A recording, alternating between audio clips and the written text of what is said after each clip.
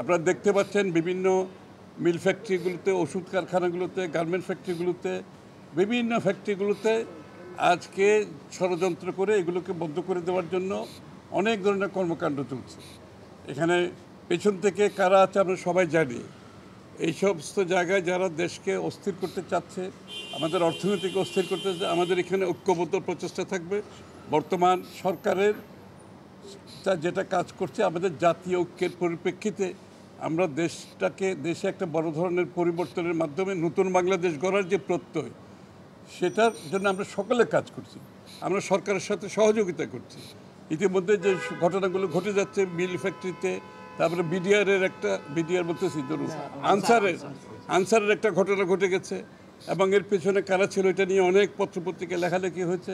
বিভিন্ন মিল কারখানায় আজকে বিভিন্ন ধরনের গার্মেন্ট, ওষুধ ফ্যাক্টরি সহ বিভিন্ন জায়গায় বিভিন্ন রাষ্ট্রবিরোধী কার্যক্রম চলছে। এগুলোতে পেছনে কারা আছে এই জন্য আমাদের সকলকে ঐক্যবদ্ধ চেষ্টা করতে হবে, যাতে দেশটা স্থিতিশীল থাকে, দেশের অর্থনীতি স্থিতিশীল থাকে, এবং যাতে করে আমরা সামনের দিকে এগিয়ে যেতে পারি নতুন বাংলাদেশ গড়ার।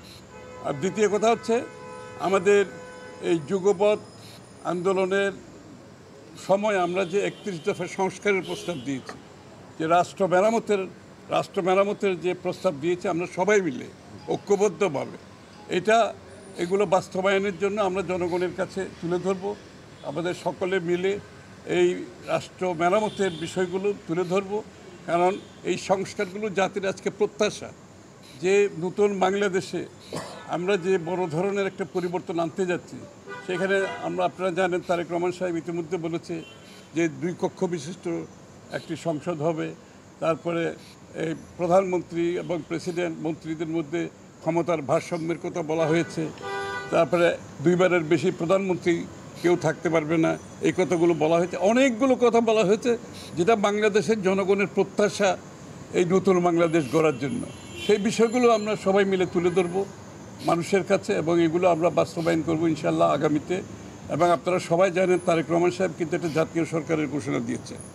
এই যে সংস্কারগুলো, এগুলো আমরা যোগ্যপত্রের মাধ্যমে 31 দফা আমরা প্রণয়ন করেছি, এবং এটা বাস্তবায়নের জন্য উনি বলেছেন যারা এই আন্দোলন সংগ্রামে শেখ হাসিনার পতনের জন্য রাস্তায় ছিলেন, কাজ করেছেন, সবাইকে নিয়ে একটা জাতীয় সরকার হবে, যেই সরকার 31 দফা বাস্তবায়ন করবে। প্রয়োজনে এই 31 দফাতে যদি আরও কিছু পরিবর্তন আনার দরকার হয় সেটাও করা হবে।